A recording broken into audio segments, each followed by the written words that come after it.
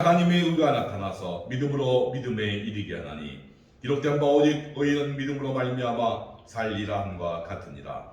아멘. 오늘 말씀은 믿음으로 난 의라는 제목으로 이정 목사님께서 말씀 전해주셨습니다. 말씀 전하실 때 많은 은혜 받으시기 바랍니다.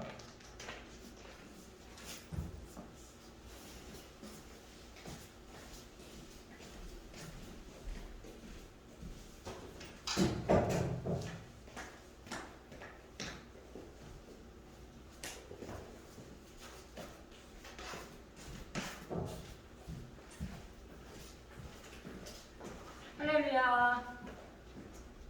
오늘도 건강한 몸으로 이렇게 예배의 자리에 초청해 주신 하나님께 감사와 찬양을 드리며 또한 성도 여러분께 예수 이름으로 축복을 드립니다. 우리 찬양 한 곡 하시고 말씀을 선포하도록 하겠습니다. 찬송가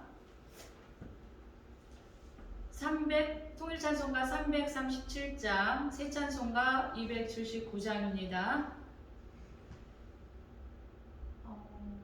이게 지금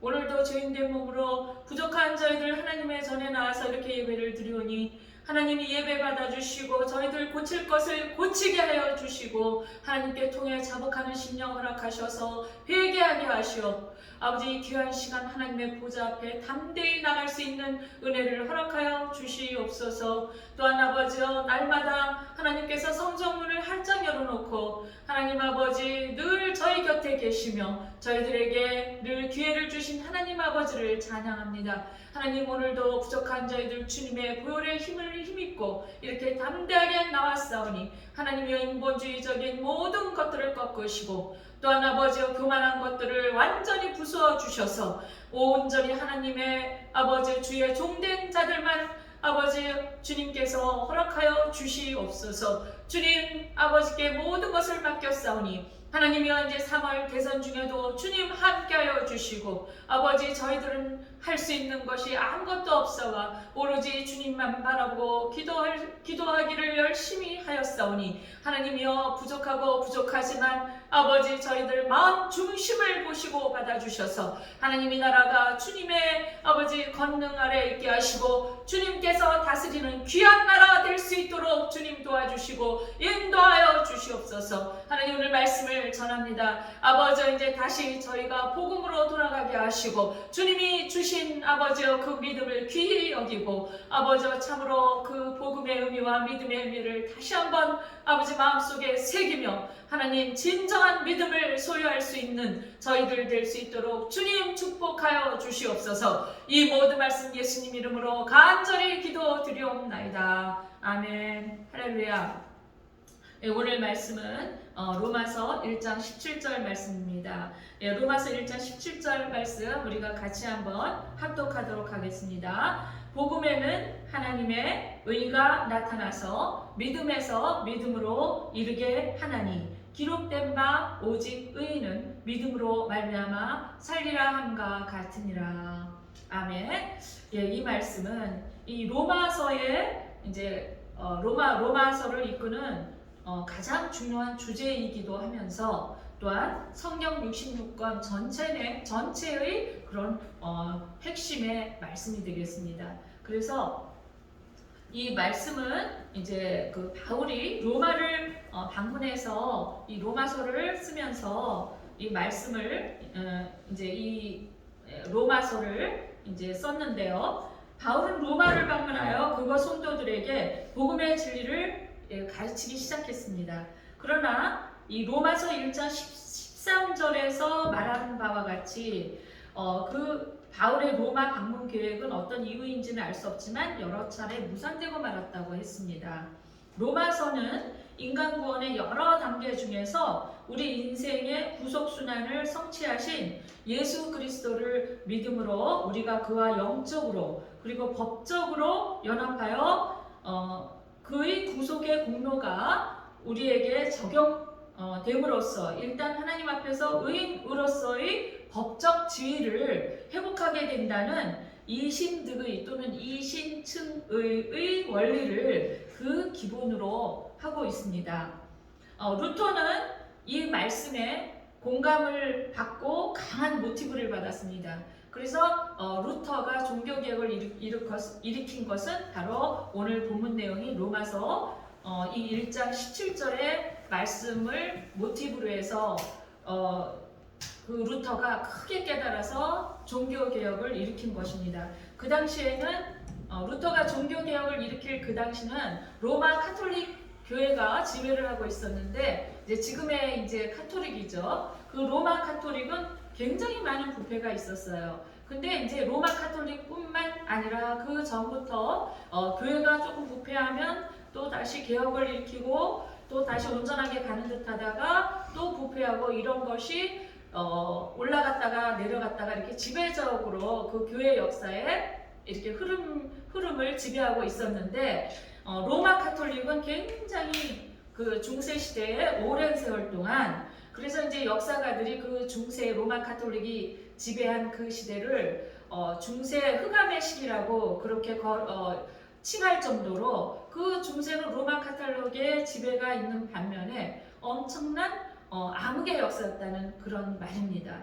그래서 그때 이 로마 카톨릭은 또 계속해서 성전을 지으려고 했어요. 근데 그것이 왜 그러냐면 왕의 권력과 또한 교황의 권력이 오르락내리락 하면서 서로 권력을 차지하려고 이렇게 굉장히 다툼을 벌이던 그런 시기였는데, 말하자면 교황도 정치를 하고 있는 것이나 마찬가지였어요. 그래서 왕의 그 권력 위에 서려고 계속해서 엄청나고 어마어마한 그런 성전을 지었는데, 이제 또 성전을 지으려고 하는데 이제 돈이 부족하니까 어떻게 하면 사람들한테 주머니를 털어서 돈을 끌어모을까 생각하다가, 이제 뭐 면죄부라든가, 여러분 역사책 봐서 잘 알죠? 면죄부라든가 뭐 여러 가지 이제 빌미거리를 만들어서 그것을 팔기 시작했어요.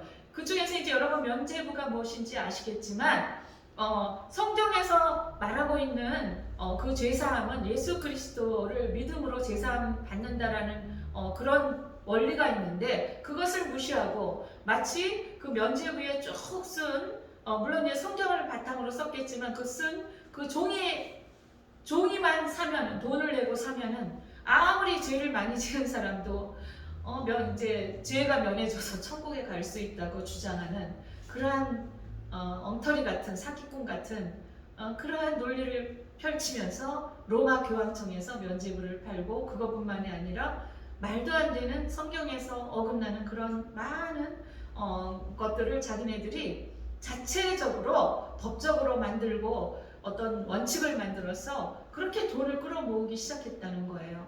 자, 그러다 보니까 여기에 이제 어느 날, 이제 그때 당시는 그 수도원이나 수녀원에서 성경을 읽혔지만은, 여러분이 이제 그 부분의 카톨릭의 역사에 대해서 따로 공부하신 분들은 아시겠지만은, 자, 신약을 못 보게 했어요.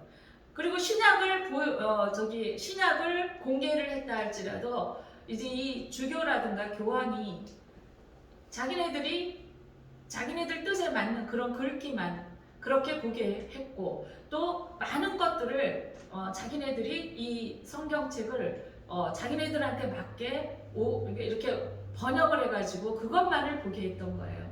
그래서 이제 그 사람들이 정말 그 오리지널 되는 그런 그 성경책을 못 보게 하려고 무진장 애를 쓴 그런 역사가 있습니다. 어쨌든 그런 와중에 어느 날 루터가 이제 이 로마서를 보고, 바울이 쓴 로마서를 보고 이 1장 17절에서 루터가 깨졌다는 거예요.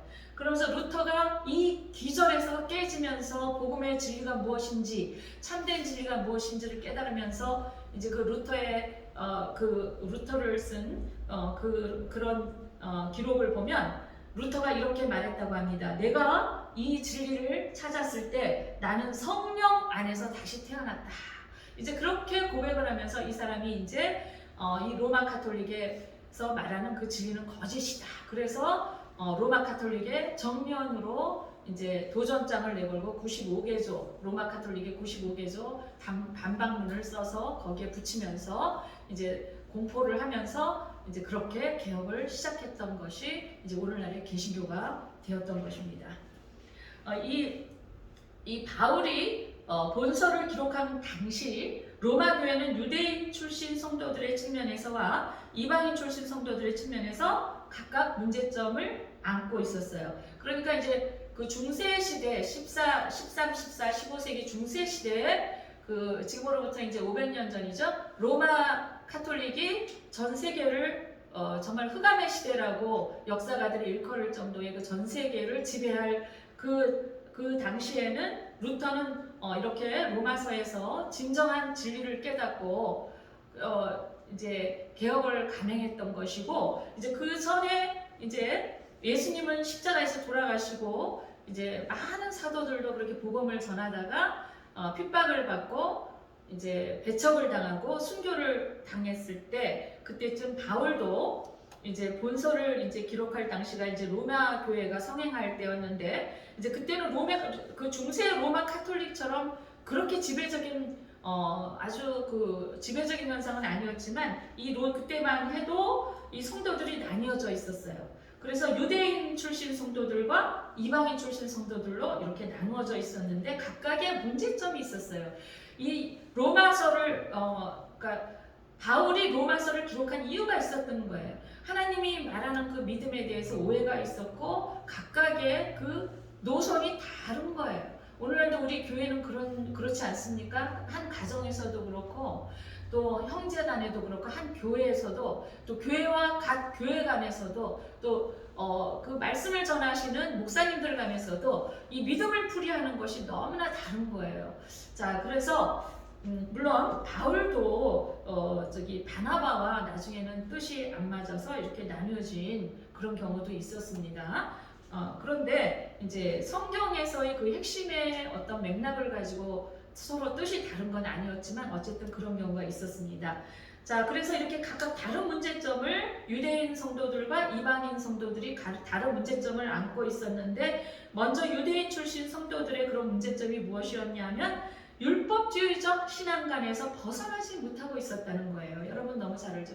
그래서 그들은 결국은 행위만을 강조하다가 자기네들이 겉으로 거룩거룩 무늬만 거룩거룩하다가 결국은 예수님을 이제 십자가에까지 못 박는 그런 죄를 저지른 그 사람들이 바로 유대인들이었습니다. 자, 그런가 하면 그렇게 이제 이 유대인들은 율법주의적 신앙관에서 벗어나지 못했고 또 그들은 예수님을 구약에 예언된 메시아로 믿긴 했는데 예수님이 이 땅에 왔을 때 그들은 영적인 눈이 가려졌다 그랬어요. 바울이 말한 그 서신서에는 그들이 하나님의 그들의 눈을 가린 거예요. 그들의 눈이 가리워져서 예수님을 알아보지 못했습니다.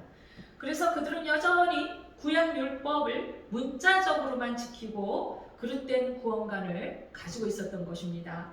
이에 반해서 이방인 출신 성도들의 문제점은 무엇이었냐면 그리스도인들의 자유를 지나치게 강조한 거예요. 그러니까 뭐 믿으면 된다 그러지 않았냐. 그러니까 너무 이제 방종에 이르기까지 되고 참자유가 아닌 방종에 이르고 그리고 이방인 출신 성도들은 그리스도인이 교회를 나가는 그리스도인이 되었음에도 불구하고 과거의 방탕한 습관을 버리지 않고 그대로 답습하고 있었어요. 그냥 교회 발만 교회만 들여놓으면은 이제 크리스찬인 것처럼 행하고 밖에 나가면은 과거의 습관을 그대로 행하고 있었습니다. 그래서 어떠한 생활을 해도 문제될 것이 없다. 그냥 뭐 예수님 이름으로 죄만 회개하면 된다. 이러한 잘못되고 그릇된 그런 생각을 가지고 있었던 것입니다.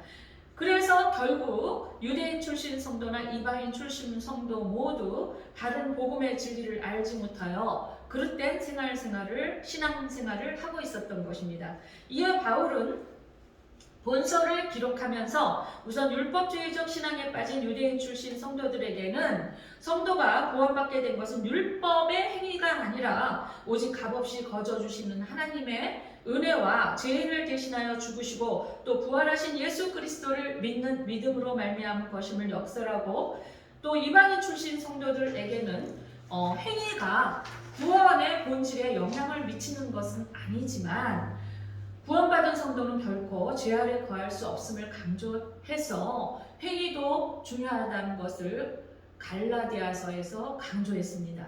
그래서 성화에 이를 것을 교훈한 것입니다. 오늘 이 내용에서 우리가 이제 알 수 있는 것을 제가 한 4가지로 요약을 해보았습니다. 오늘 이 기절에서 알 수 있는 것은 첫째로 죄인이 의인되는 길을 나타내고 있습니다. 죄인이 의인되는 길, 바로 간단하게 얘기하면 믿음으로 의인이 될 수 있다는 것이죠. 자, 로마서 3장 10절에 보시면 의인은 없나니 하나도 없다라고 했어요. 모든 사람이 죄를 범하였음에 하나님의 영광이 이르지 못한다고 했어요. 왜? 하나도 의인이 없기 때문에 하나님의 영광에 이르지 못한다. 죄인이 의인되는 길은 스스로 의인인 채 하며 죄를 감추거나 호기를 부려 짐짓 죄를 무마하는 데서 달성되는 것도 아닙니다.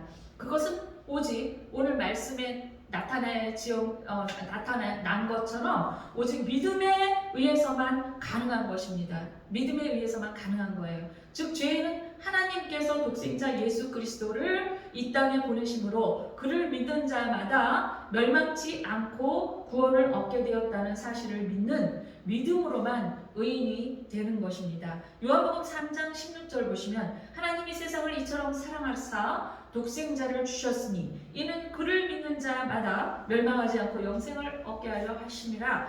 그런데 이제 여기서 요한복음 3장 16절에서도 뭐라고 그랬어요? 그냥 단순히 믿는 것이 아니라 멸망하지 않고 그리고 무엇을 주신다? 영생을 주신다는 거예요. 영생을 얻게 하려 하심이라. 영생, 참된 생명을 주신다는 거예요. 그냥 우리가 입으로만 믿습니다, 믿습니다 이것이 아니라 예수님을 믿는데 그 속에 예수님의 참된 생명이 있는 사람, 이 사람이 의롭다고 칭하는 것이에요. 입으로만 머리로만 믿습니다 해서 그 사람이 의롭다 이런 말을 하는 것이 아닌 것입니다.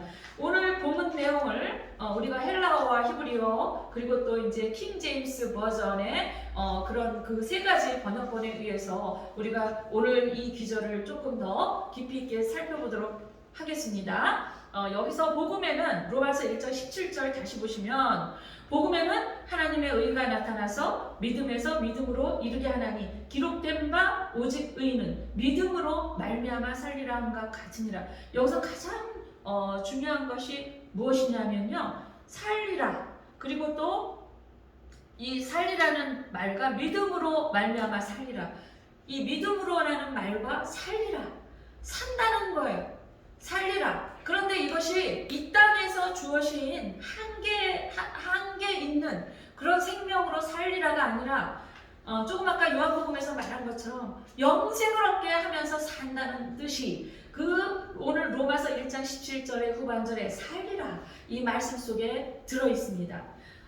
이 말은 이제 예를 들어서 헬라어의 뜻으로 보면 이 살리라를 보면 이 살리라는 수동의 뜻이 있어요. 수동의 뜻이 있어요. 그러니까 자기가 그냥 스스로 믿으면 의롭게 만든다. 이렇게 로마 가톨릭에서는 그 당시에 성경에 나온 로마서의 그 기조를 인용해서 이제 자기네들 나름대로 많이 가르치고 설교도 했지만은 연설이라고 할 것은 저는 모르겠어요. 그들의 설교를 진정으로 설교를 해야 될지 전 모르겠지만 나름대로 그렇게 했지만은 살리라를 그들은 어떻게 오역을 했냐면은 그냥 믿으면 그냥 의롭게 만든다 이런 식으로 했다는 거예요. 그렇지만 그게 아니라 이 헬라어는 수동의 뜻이 있다는 것은 이 살리라의 헬라어 수동의 뜻이 있다는 것은 하나님께서 그렇게 여겨준다는 거예요.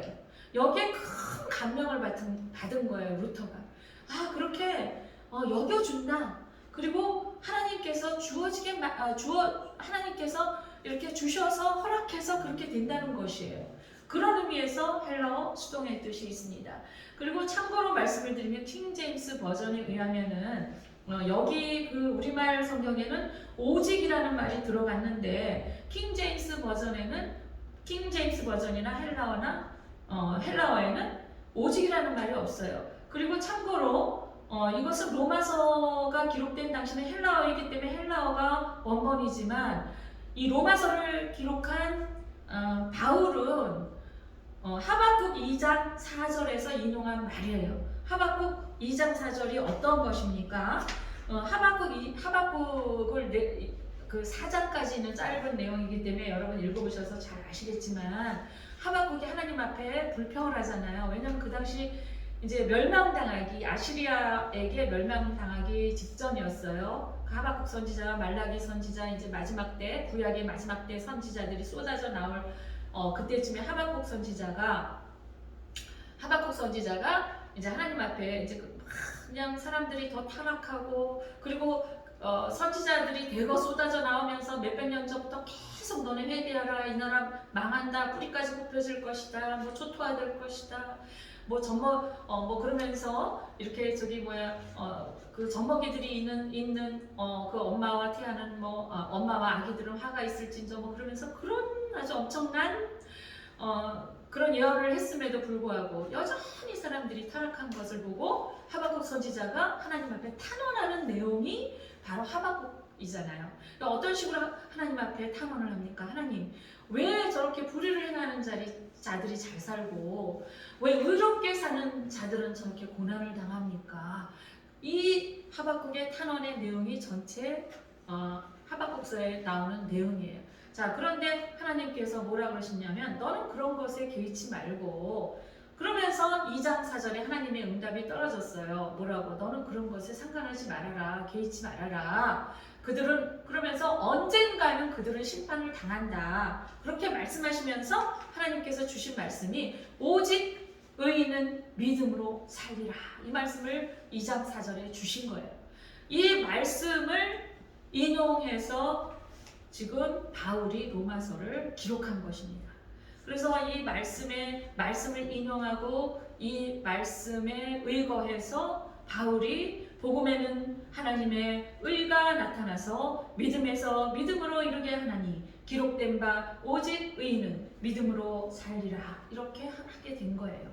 자, 그래서 히브리어에서 하박국 2장 4절에 오직 의인은 믿음으로 살리라, 그 히브리어로 보면은 히브리어의 그 살리라는 히브리어에서는 수동의 뜻으로, 히브리어도 수동의 뜻이고, 그리고 또 그 히브리어에는 이제 그 살리라가 어떤 뜻이냐면 생명이란 뜻이 들어 있어요, 히브리어에. 그래서 이거는 제세타이라고 하는데 하나님이 주신 생명, 이런 뜻이 살리라, 그 말에 들어 있습니다. 그러니까 이 살리라는 그냥 단순하게 이 땅에서 한계가 있는 생명의 삶을 산다, 이런 뜻이 아니라 무슨 뜻이 되냐면 아주 영원한 생명을 얻게 함이라, 영생을 얻게 함이라, 이렇게 요한복음에서 천명한 것처럼 영원한 생명을 얻어서 살게 하리라, 이 말이 지금 살리라, 이 말 뜻에 들어있는 것입니다.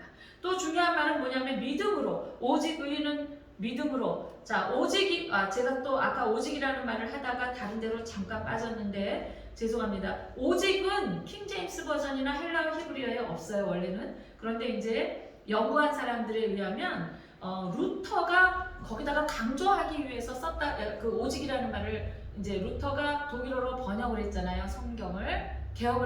종교개혁을 일으키면서 루터가 독일어로 성경을 번역하면서 너무 사람들이 믿음에 대해서 오해를 하고 답답하니까 강조하기 위해서 오직을 루터가 집어넣은 것을, 그리고 그 독일어 성경이 전 세계로 퍼져나가면서 영어로 번역된 것이잖아요. 그러면서 이제 이렇게 오직이라는 말이 들어갔다고 합니다.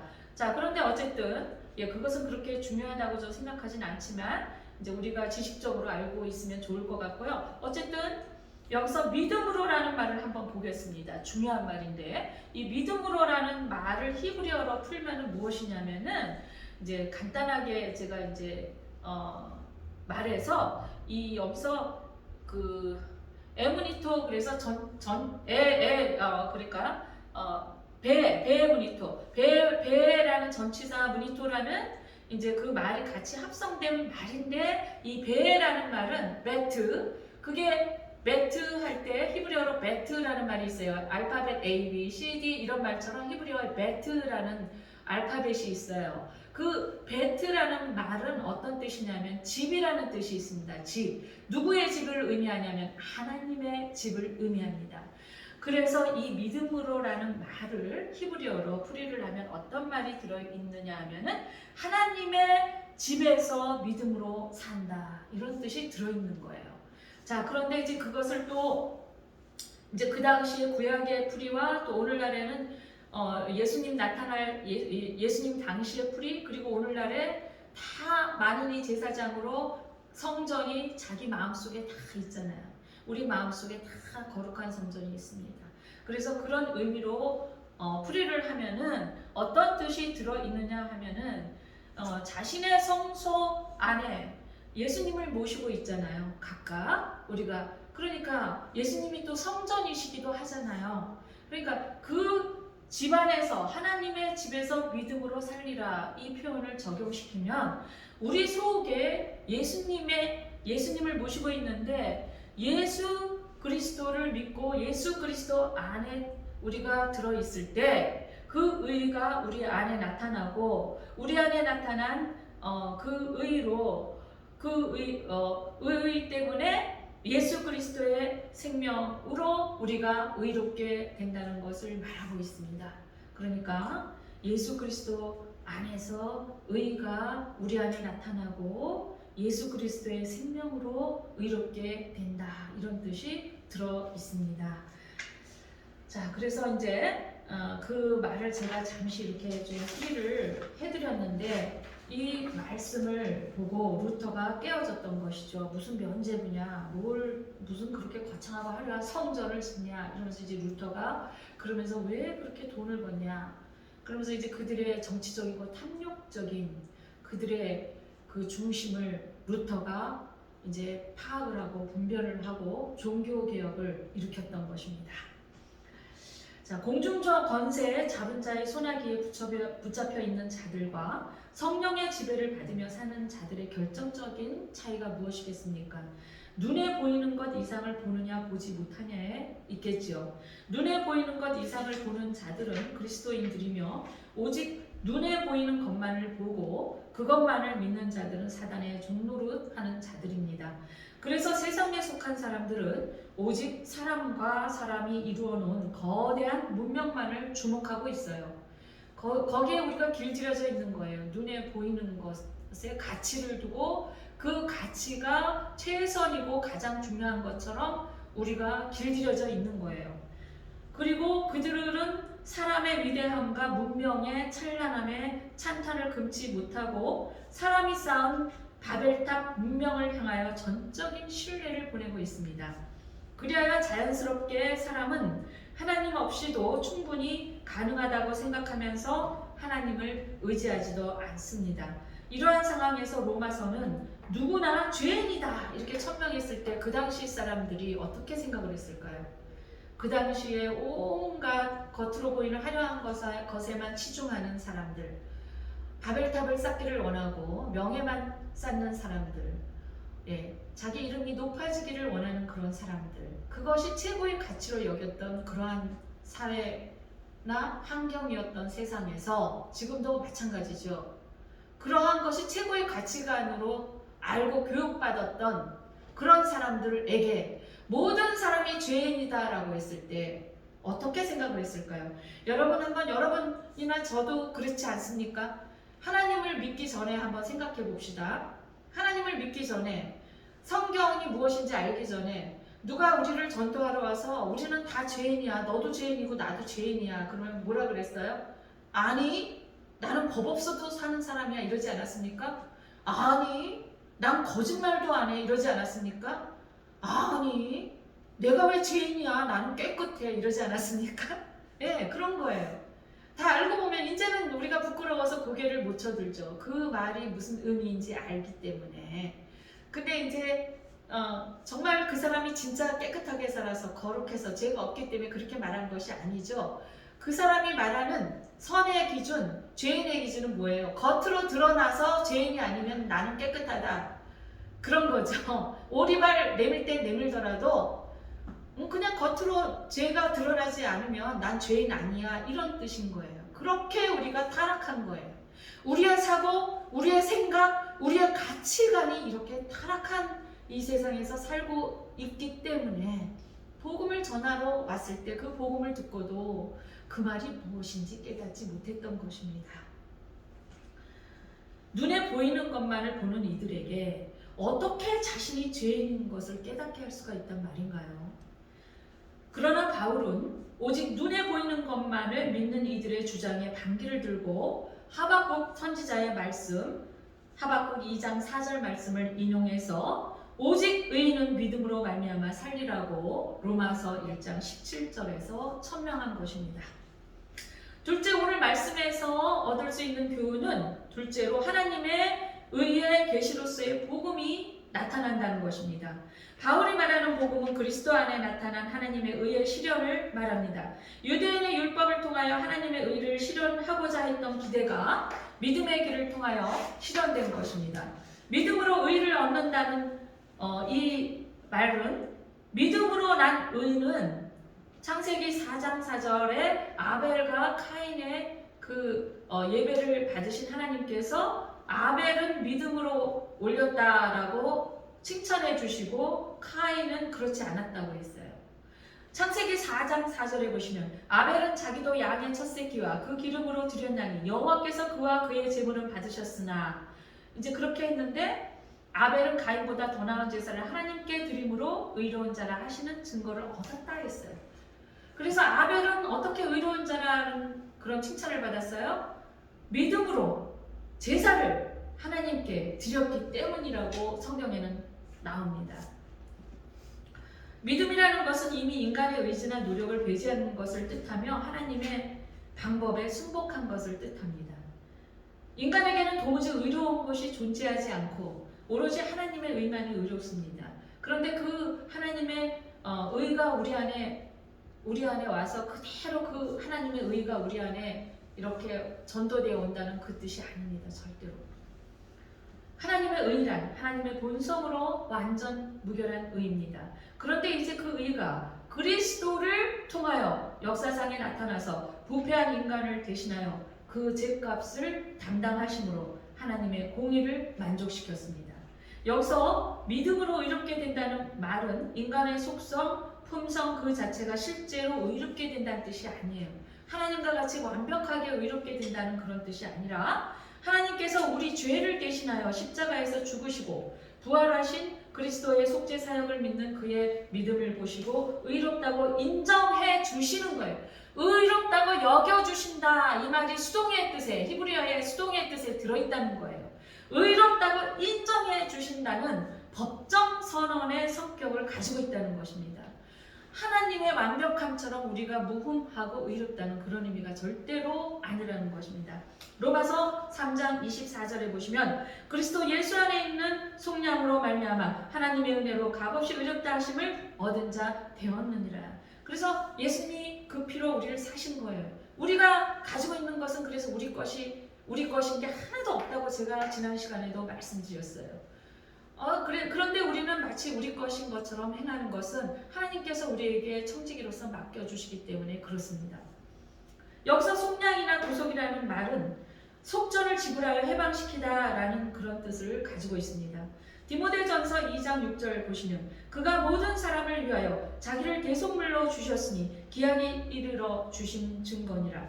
예수 그리스도께서는 자신의 몸을 대속제물로 바치사 인간을 죄와 죽음의 속박에서 완전하게 해방시키셨습니다.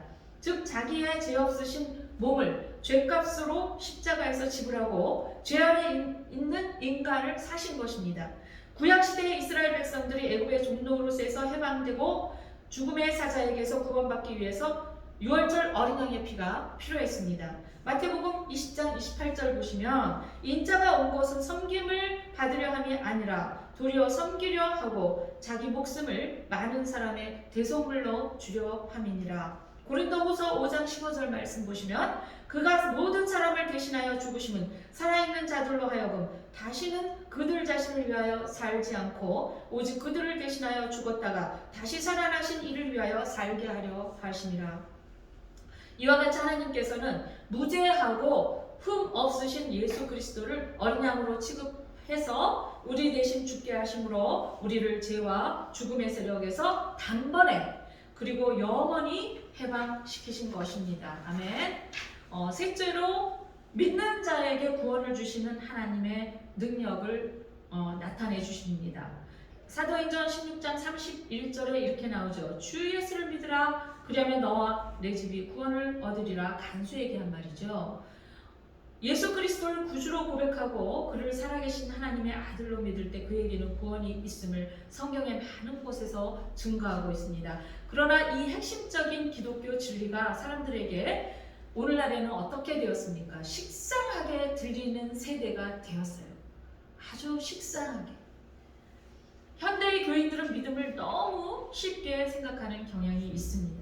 그러나 복음을 믿는 믿음은 예수 그리스도를 믿는 것이고 예수 그리스도의 삶을 믿는 것입니다. 그래서 예수님께서 친히 인간의 몸으로 오신 것은 우리에게 본을 보여주시고 우리도 할 수 있다는 것을 보여주신 것입니다. 예수 그리스도를 믿는다는 것은 인생의 방향을 하나님의 입장에서 살겠다는 실존적인 결단을 반드시